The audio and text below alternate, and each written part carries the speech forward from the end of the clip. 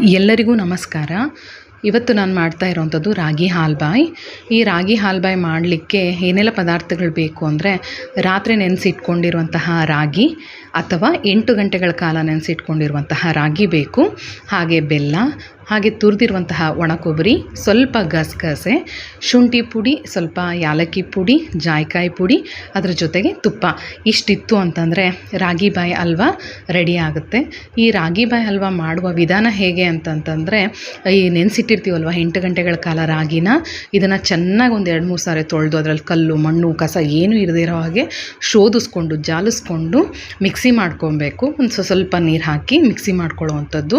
Mixie ಮಾಡ್ಕೊಬೇಕಾದ್ರೆ ನೀರು ಸ್ವಲ್ಪ ಜಾಸ್ತಿ ಆಯಿತು, ಏನು ಮಾಡಬೇಕು ಅಂತಂದರೆ, ಆ ಒಂದು ಮಿಕ್ಸಿ ಮಾಡ್ಕೊಂಡಿರುವ ಹಾಲನ್ನು ಸೋಸಿ ಇಟ್ಕೊತೀವಲ್ವ, ಅದನ್ನು ಅರ್ಧ ಗಂಟೆ ಹಾಗೆ ಬಿಟ್ವಿ ಅಂದರೆ ಗಟ್ಟಿ ಹಾಲೆಲ್ಲ ಕೆಳಗಡೆ ಇರುತ್ತೆ, ನೀರೆಲ್ಲ ತೇಲ್ತಾ ಇರುತ್ತೆ. ಆ ನೀರನ್ನು ಚೆಲ್ಬಿಟ್ಟು ನಾವು ಗಟ್ಟಿ ಹಾಲನ್ನು ಮಾತ್ರ ರಾಗಿ ಬಾಯ್ ಹಲ್ವಾ ಮಾಡಲಿಕ್ಕೆ ಯೂಸ್ ಮಾಡ್ಕೊಬೋದು. ಈ ರೀತಿ ಮಿಕ್ಸಿ ಮಾಡಿಕೊಂಡು ಅದನ್ನೇನು ಅಂದರೆ ಒಂದು ಪಾತ್ರೆಗೆ ಒಂದು ಬಟ್ಟೆ ಕಟ್ಟಿ ಅದರಲ್ಲಿ ಬೇಕಾದರೂ ಸೋಸ್ಕೊಬೋದು. ಇಲ್ಲ ನಮ್ಮ ಮನೇಲಿ ಹಿಟ್ಟಿಡಿಯೋ ಜರಡಿ ನಯಸ್ಸಾಗಿದೆ ಅದರಲ್ಲಿ ಸೋಸ್ಕೊತೀವಿ ಅಂದರೆ ಪರವಾಗಿಲ್ಲ, ಅದರಲ್ಲೂ ಸೋಸ್ಕೊಬೋದು. ನಾನು ಹಿಟ್ಟಿಡಿಯೋ ಜರಡಿಯಿಂದನೇ ಈ ಒಂದು ಹಾಲನ್ನು ತೆಗಿತಾ ಇದ್ದೀನಿ. ಇವಾಗ ಹಾಲು ಬರ್ತಾ ಇದೆ. ಈ ಮೇಲಿರುವಂತಹ ಒಂದು ಗಟ್ಟಿ ಇದೆ ಅಲ್ವಾ, ಇದನ್ನು ಇನ್ನೊಂದು ಸರಿ ಸ್ವಲ್ಪ ನೀರು ಹಾಕಿ ಮತ್ತೆ ರುಬ್ಕೊಂಡು ಮತ್ತೆ ಈ ರೀತಿ ನಾನು ಶೋಧಿಸ್ಕೊಳ್ತೀನಿ. ಈ ಥರ ಶೋಧಿಸ್ಕೊಂಡು ಆದ ನಂತರ ಏನು ಅಂತಂದರೆ, ಸ್ವಲ್ಪ ದಪ್ಪ ತಳ ಇರುವಂತಹ ಪಾತ್ರೆಯಲ್ಲಿ ಈ ರಾಗಿ ಬಾಯ್ ಹಲ್ವಾವನ್ನು ಮಾಡಬೇಕು. ಯಾಕೆ ಅಂತಂದರೆ ಅದು ಸಿಯೋದು ಒತ್ತೋದು ಅಥವಾ ಅದರ ಒಂದು ರಾಗಿ ಬಾಯ್ ಹಲ್ವ ಒಂದು ಘಮನೇ ಹೋಗಿಬಿಡುತ್ತೆ, ಫ್ಲೇವರೇ ಹೋಗಿಬಿಡುತ್ತೆ, ರುಚಿನೂ ಕೂಡ ಕೆಟ್ಟೋಗುತ್ತೆ. ಹಾಗಾಗಿ ದಪ್ಪ ತಳ ಇರುವಂಥ ಪಾತ್ರೆಯಲ್ಲಿ ಮಾಡಿದ್ರೆ ಚೆನ್ನಾಗಿ ಅನ್ನುವಂಥದ್ದು. ಸೊ ಇವತ್ತು ನಾನು ಮಾಡ್ತಿರೋವಂಥದ್ದು 2 ಸೇರು ರಾಗಿಯಷ್ಟು ಮಾಡ್ತಾ ಇರೋವಂಥದ್ದು.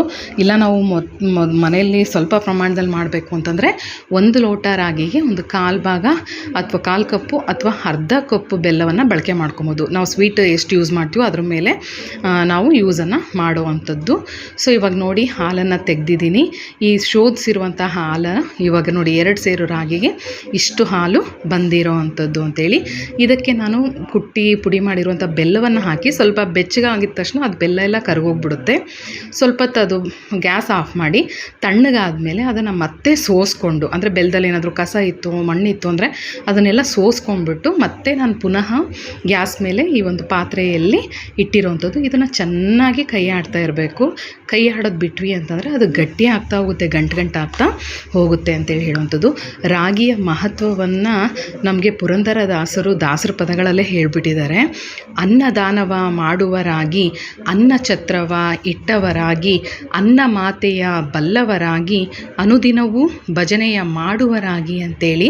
ಸೊ ರಾಗಿ ಮಹತ್ವವನ್ನು ಪುರಂದರದಾಸರೇ ಹೇಳಿರಬೇಕಾದ್ರೆ ರಾಗಿಯನ್ನು ನಾವು ಯಥೇಚ್ಛವಾಗಿ ಬಳಕೆ ಮಾಡ್ಕೊಬೇಕು. ಇದು ಚಿಕ್ಕ ಮಕ್ಕಳಿಂದ ಹಿಡಿದು ವೃದ್ಧರವರೆಗೂ ಕೂಡ ಇದನ್ನು ಬಳಕೆ ಮಾಡುವಂಥದ್ದು. ಇವಾಗ ಫೆಬ್ರವರಿ, ಮಾರ್ಚ್, ಏಪ್ರಿಲ್ಲು ಎಷ್ಟು ಬಿಸಿಲಿದೆ ಅಂತಂದರೆ ಇದನ್ನು ರಾಗಿ ಬಾಯ್ ಹಲ್ವಾ ಅನ್ನುವಂಥದ್ದು ದೇಹಕ್ಕೆ ತುಂಬ ತಂಪು, ಹಾಗೆ ಆರೋಗ್ಯಕ್ಕೂ ಕೂಡ ಒಳ್ಳೆಯದು ಅಂತೇಳಿ ಹೇಳುವಂಥದ್ದು. ಈ ಬೇಸಿಗೆ ಕಾಲದಲ್ಲಿ ಮಕ್ಕಳಿಗೆ ಮಾಡಿಕೊಡೋದ್ರಿಂದ ತುಂಬ ಇಷ್ಟಪಟ್ಟು ತಿಂತಾರೆ. ಹಾಗೆ ದೇಹಕ್ಕೆ ಕೂಡ ತಂಪು, ಆರೋಗ್ಯಕ್ಕೂ ಕೂಡ ಒಳ್ಳೆಯದು ಅಂತೇಳಿ ಹೇಳುವಂಥದ್ದು. ನೋಡಿ ಇವಾಗ ಚೆನ್ನಾಗಿ ಕೈ ಆಡಿಸ್ತಾನೇ ಇದ್ದೀನಿ. ಅದು ಗಂಟಿಲ್ಲ ಹಾಗೆ ಚೆನ್ನಾಗಿ ಕುದಿ ಬರ್ತಾಯಿದೆ. ಅದು ಚೆನ್ನಾಗಿ ಕುದಿ ಬಂದು ಆಗ್ತಾ ಇರಬೇಕಾದ್ರೆ ಅದರ ಕಲರ್ ಚೇಂಜ್ ಆಗುತ್ತೆ, ತುಂಬ ಶೈನಿ ಅನಿಸ್ತಾ ಇರುತ್ತೆ. ಸೊ ನೋಡಿ ಇವಾಗ ಚೆನ್ನಾಗಿ ಹದವಾಗಿ ಅದು ಕುದೀತಾ ಇದೆ. ಸೊ ಇವಾಗ ಹಿಂಗೆ ಆದಂಥ ಟೈಮಲ್ಲಿ ಏನು ಅಂತಂದರೆ ಸಣ್ಣ ಉರಿಯಲ್ಲಿ ಒಂದು 10-15 ನಿಮಿಷಗಳ ಕಾಲ ನಾವು ಅದನ್ನು ಒಂದು ತಟ್ಟೆ ಮುಚ್ಚಿಟ್ಬಿಟ್ಟು ಬೇಯಿಸ್ಕೊಳ್ಳೋವಂಥದ್ದು.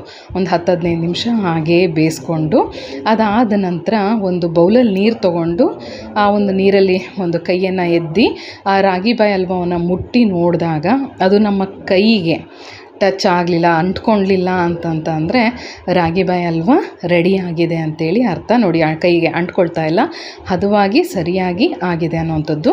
ಸೊ ಇವಾಗ ಇದು ಆಗಿದೆ ಅಂತ ತಕ್ಷಣವೇ ಒಂದು ತಟ್ಟೆಗೆ ಏನು ಮಾಡಬೇಕು ಅಂತಂದರೆ ತುಪ್ಪವನ್ನು ಹಾಕಿ ಎಲ್ಲ ಕಡೆ ಚೆನ್ನಾಗಿ ತಟ್ಟೆಯಲ್ಲಿ ತುಪ್ಪವನ್ನು ಸವರಿ ಆ ಪಾತ್ರೆಯಲ್ಲಿ ರೆಡಿಯಾಗಿದೆ ಅಲ್ವಾ ರಾಗಿ ಬಾಯ್ ಹಲ್ವಾ, ಅದನ್ನು ನಾವು ಈ ತಟ್ಟೆಗೆ ಹಾಕ್ಕೊಳ್ಳೋವಂಥದ್ದು. ಬಿಸಿ ಇದ್ದಾಗಲೇ ಹಾಕ್ಕೊಳ್ಳೋವಂಥದ್ದು. ಹಾಕಿಬಿಟ್ಟು ಅದ್ರ ಮೇಲೆ ಏನು ಅಂತಂತಂದರೆ ಜಾಯಿಕಾಯಿ ಪುಡಿ, ಹಾಗೆಯೇ ಯಾಲಕ್ಕಿ ಪುಡಿ, ಅದರ ಜೊತೆಗೇ ಒಣ ಶುಂಠಿ ಪುಡಿ. ನಿಮ್ಗೆ ಇಷ್ಟ ಆಯಿತು ಅಂದರೆ ಒಣ ಶುಂಠಿ ಪುಡಿನೂ ಕೂಡ ಬಳಕೆ ಮಾಡ್ಕೊಬೋದು. ಅದರ ಜೊತೆಗೇ ಗಸಗಸೆ ಸ್ವಲ್ಪ ಹಾಕಬೇಕು. ಆ ಗಸಗಸೆನ ಡೈರೆಕ್ಟಾಗಿ ಹಾಕೋಕ್ಕಿಂತ ಮುಂಚಿತವಾಗಿ ಸ್ವಲ್ಪ ಉಗುರು ಬೆಚ್ಚನಂಗೆ ಹುರ್ಕೊಂಡು ಹಾಕಿದ್ರೆ ಅದ್ರ ಘಮ ಇನ್ನೂ ಚೆನ್ನಾಗಿರುತ್ತೆ. ಅದಾದ ನಂತರ ತುರಿದಿರುವಂತಹ ಒಣ ಕೊಬ್ಬರಿಯನ್ನು ಅದ್ರ ಮೇಲೆ ಹಾಕಿಬಿಟ್ಟು ಒಂದು 3ರಿಂದ 4 ತಾಸು ಅಥವಾ ಒಂದು 4-5 ಅವರ್ಸು ಬಿಟ್ಟು ಅಂದರೆ ಬಿಸಿ ಇದ್ದಾಗಲೇ ಕಟ್ ಮಾಡೋಕ್ಕೆ ಹೋಗ್ಬಾರ್ದು. ತಣ್ಣಗಾದ ಮೇಲೆ ಅದನ್ನು ಕಟ್ ಮಾಡಿದ್ವಿ ಅಂತಂದರೆ ರಾಗಿ ಬಾಯಿ ಹಲ್ವ ರೆಡಿ ಅಂತಲೇ ಹೇಳ್ಬೋದು.